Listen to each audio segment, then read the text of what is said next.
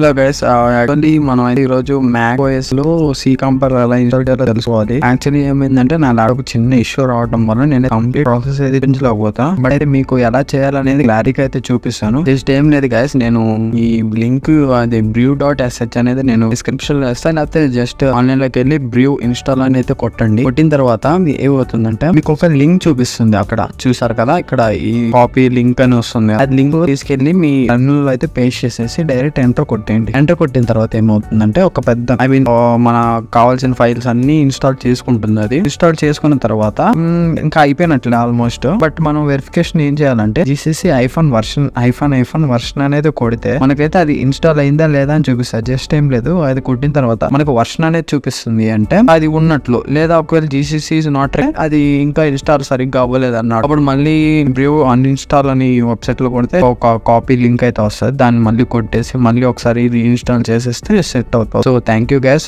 వీడియోని అయితే లైక్ చేయండి, అలాగే సబ్స్క్రైబ్ చేయండి. చాలా మంది అయితే సబ్స్క్రైబ్ చేయకుండా మన వీడియోస్ చూస్తున్నారు. ఓన్లీ 5% పర్సన్స్ అయితే మన వీడియోని అయితే సబ్స్క్రైబ్ చేస్తున్నారు. మిగతా 95% అయితే సబ్స్క్రైబ్ చేయట్లేదు. సబ్స్క్రైబ్ చేయండి గైస్. సబ్స్క్రైబ్ చేస్తేనే నాకు కూడా ఒక మోటివేషన్ లా ఉంటుంది. మోటివేషన్ మంచిగా ఇంకా కొత్త వీడియోలు చేయబోతున్నా. ఫ్యూచర్ లో అయితే ఇంకా మనం సి లాంగ్వేజ్ సిరీస్ అయితే స్టార్ట్ చేయబోతున్నాం. దానికైతే నాకు మంచి మోటివేషన్ కావాలంటే మీరు సబ్స్క్రైబ్ చేయాలి. సబ్స్క్రైబ్ చేస్తేనే మోటివేషన్ వస్తుంది. Thank you guys.